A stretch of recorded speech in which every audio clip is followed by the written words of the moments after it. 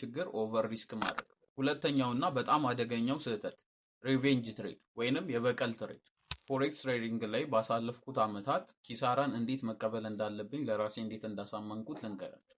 ሰላም ዩቲዩብ እንዴት ናችሁ? ዛሬም በሌላ ቪዲዮ ተመልሻለሁኝ። በዚህ ቪዲዮ ደግሞ ለኢትዮጵያውያን ትሬደር የተለየ ሳይኮሎጂ ምክር ለመስጠት መጥቻለሁኝ። እናም ደግሞ ከሳይኮሎጂያችን ጋር ወይንም ከራሳችን ጋር እንዴት መነጋገር እንዳለብን በዚህ ቪዲዮ በትኩረት እናያለን ማለት ነው።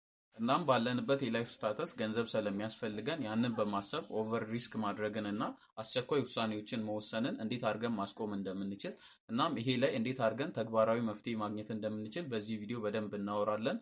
ይህን ቪዲዮ መከታተል እንዳትረሱ፣ ሰብስክራይብ እያደረጋችሁ ቪዲዮን ጀምሩት።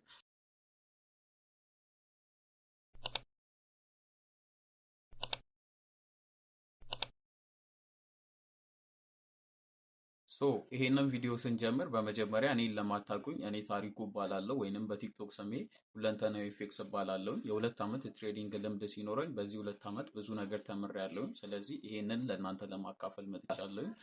ወደ ዋናው ሀሳቤ ስመጣ ፎሬክስ ትሬዲንግ ስለ ገንዘብ ለሚመስላችሁ ሰዎች የተለየ ማብራሪያ መስጠት ፈልጋለሁ። ፎሬክስ ትሬዲንግ ላይ አብዛኞቻችን እየከሰርን ያለ ነውና ስቲል ነው ፕሮፊታብል ለመሆን ስትራግል እያደረጉ ያሉ ልጆች ፎሬክስ ትሬዲንግ የገንዘብ ጨዋታ ይመስላቸዋል ወይንም ደግሞ ቴክኒካል አናሊሲስ ይመስላቸዋል።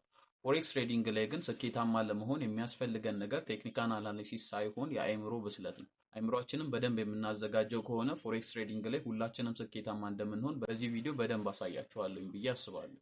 በዚህ ሰዓት ለኢትዮጵያውያን ትሬደር በጣም ዋጋ እያስከፈለን ያለው ነገር ፈጣን መወጣጫ ሆኖ መታየቱ ነው፣ ወይንም ደግሞ በቶሎ ሀብታም የምንሆንበት አይነት ቢዝነስ ሆኖ መታየቱ ነው። ፎሬክስ ትሬዲንግን እንደ ቢዝነስ ቆጥረን ጊዜ ሰጠን ትሬድ እንዳናደርግ እያደረገን ስለሆነ ይሄ በጣም ብዙ ዋጋ እያስከፈለን በዚህ ሰዓት ይገኛል። አይ ነው ኢትዮጵያውያን ትሬደሮች በዚህ ሰዓት ካለንበት የላይፍ ስታተስ አንጻር አብዛኞቻችንን የኑሮ ውድነቱና የገንዘብ ማጣቱ በጣም ትልቅ የሆነ ጫና ውስጥ እንደሚከት እናም ትሬድ እያደረግን ያለንበት አካውንት ላይ ቶሎ ለውጥ እንድናመጣ እንድንፈልግ እንደሚያደርግ። ለምሳሌ አንድ ፈንድ አካውንት ወይንም $100 ትሬድ እያደረግን ያለ ነው ያንን ፈንድ አካውንት ብቻ ወይንም ያንን $100 ብቻ እንዳልሆነ መገንዘብ አለባችሁ። ትሬድ እያደረግን ያለ ነው የእኛንም ተስፋ የወደፊቱንም የቤተሰቦቻችንንም ተስፋ እንደሆነ ማወቅ አለባችሁ። ፎሬክስ ትሬዲንግ ላይ የምንሰራቸው 2 አደገኛ ችግሮች አሉ። እናም እነዚህ ችግሮች በጣም ዋጋ ያስከፍሉናል። የመጀመሪያው ችግር ኦቨር ሪስክ ማድረግ ወይንም ደግሞ አካውንታችን ላይ በጣም ከፍተኛ የሆነ ሎት ሳይዝ መጠቀም። ይሄ ፎሬክስ ትሬዲንግ ላይ ኦቨር ሪስክ እያደረገ እንደሆነ የሚያሳየን ምልክት ነው። እናም ይሄንን በምታደርጉ ጊዜ አካውንታችሁ ቶሎ ብለው እንዲያደርግ ወይንም እንዲፈነድ ቶሎ እንድታጡት ያደርጋችኋል። ኦቨር ሪስክ እንድናደርግ የሚያደርገን አንደኛው ምክንያት ፍርሃት ነው፣ ወይንም ደግሞ ገንዘብ ቶሎ ለማግኘት ስለምንፈልግ ነው። ይሄም ትክክለኛው ሪስክ ቱ ሪዋርዳችንን ትተን በስሜት ተነድተን ትሬዶችን ኮንትሮል እንድናደርግ ያደርገናል። ይሄንን እንዴት አድርገን ኮንትሮል ማድረግ እንችላለን መሰላችሁ? አካውንታችንን በ100% እናካፍለውና የአካውንታችንን 2% ወይንም 1% ብቻ ሪስክ በማድረግ እያንዳንዱን ትሬዶቻችንን ኮንትሮል ማድረግ እና ሌላው ማወቅ ያለባችሁ በዚህ መንገድ ለአካውንታችን ኢንሹራንስ እንሰጣለን ወይንም ከትሬዲንግ የመውጣት እድላችን ይቀንሳል። ከትሬዲንግ የማንወጣ ከሆነ ትሬዲንግ ላይ ዋናው ነገር ሰርቫይቭ ማድረግ ስለሆነ በቀጣይ ደግሞ ፕሮፊታብል ወደ መሆን ቀስ እያለን እንመጣለን ማለት ነው። ስለዚህ አካውንታችሁ ላይ የ2% ህግን በመጠቀም ራሳችሁን ሰርቫይቭ ወደ ማድረግ ደረጃ መጀመሪያ ማሳደግ አለባችሁ። ሁለተኛውና በጣም አደገኛው ስህተት ሪቬንጅ ትሬድ ወይንም የበቀል ትሬድ። ብዙዎቻችን ትሬድ ገብተን ሎስ ስናደርግ በቀጣይ ሌላ ሴታፕ ለመግባትና ያጣነውን ገንዘብም ትርፍም ለማግኘት ሌሎችን ትሬዶችን መፈለግ እንጀምራለን። ይሄም ሪቬንጅ ትሬድ በመባል ይታወቃል።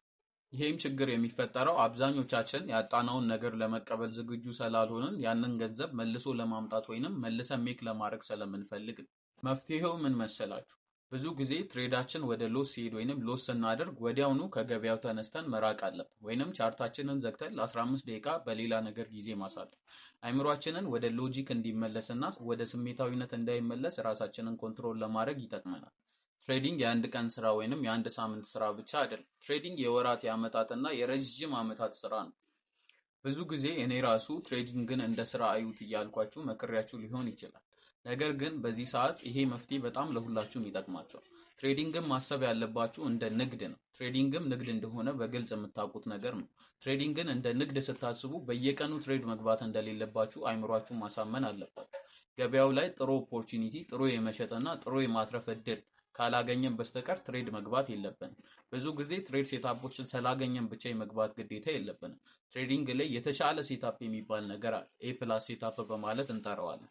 ስለዚህ ሁላችሁም ኤ ፕላስ ሴታፓችሁን ስታገኙ ወይንም የተሻለ ኦፖርቹኒቲ ነው ብላችሁ በደንብ ስታምኑበት ብቻ ትሬዶችን ለመግባት ወስኑ እንጂ በየቀኑ ትሬዶችን መግባት እንዳለባችሁ ራሳችሁን እንዳታሳምኑ። በየቀኑም ትሬዶችን አትግቡ። በየቀኑ ትሬድ መግባታችሁ ራሳችሁን በጣም ወደ ስሜታዊነት ስለሚመራችሁ ቅድም የጠቀስኳቸውን ችግሮች እንድትሰሩ ያደርጋችኋል። ነገር ግን እያረፋችሁ ገበያውን እየተመለከታችሁ ራሳችሁን አረጋግታችሁና የፕላስ ሴታፖችን በመፈለግ እነዛን ትሬዶች ስትገቡ አትሊስት በሳምንት 3 ወይንም 4 ትሬድ ብትገቡ በዛ ትሬድ ላይ ሁለቱን ዊን ብታደርጉ እናንተ በጣም የተሻለ የስኬታማነት ሳምንት ይሆንላችኋል።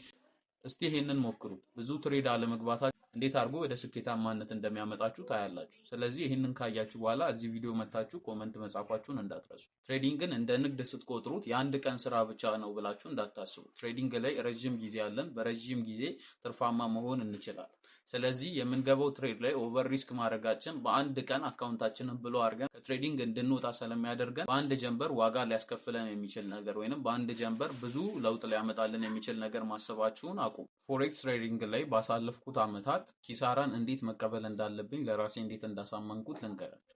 ፎሬክስ ትሬዲንግ ላይ የምገባውን እያንዳንዱን ትሬድ ትርፋማ እንደማልሆን አውቀዋለሁ። ስለዚህ የምገባውን እያንዳንዱን ሎስ እንደ ትምህርታዊ የሆነ ትሬድ ቆጥሬ አስበዋለሁ። ስለዚህ ይሄ ራሴን በደንብ እንዳሻሽል ረድቶኛል። እናንተም ማወቅ ያለባችሁ ነገር ስኬታማ ትሬደር ማለት በጭራሽ ምንም አይነት ኪሳራ የማይደርስበት ሰው አይደለም። ስኬታማ ትሬደር ማለት ከእያንዳንዱ ትሬዱ ከእያንዳንዱ ሎሱ የሚማር ትሬደር ነው። እናንተም ራሳችሁን ወደዚህ ሌቭል ከፍ ማድረግ አለባችሁ። እስከ ቪዲዮ መጨረሻ ድረስ ከመጣችሁ በእርግጠኝነት ስሜታችሁ እንዴት መቆጣጠር እንዳለባችሁ ትንሽም ቢሆን ተምራችኋል ብዬ አስባለሁ። ስለዚህ ይህንን ስሜታችሁ እንዴት አድርጋችሁ መቆጣጠር እንዳለባችሁ የሚያሳይ የተጻፈ ሕግ ለራሳችሁ አውጥታችሁ መተግበር እንዳትረሱ። በቀጣይ ደግሞ እንደዚህ በአሪፍ ቪዲዮ በድጋሚ እንገናኛለን። ሰብስክራይብ እና ላይክ ማድረጉ እንዳትረሱ። ባይ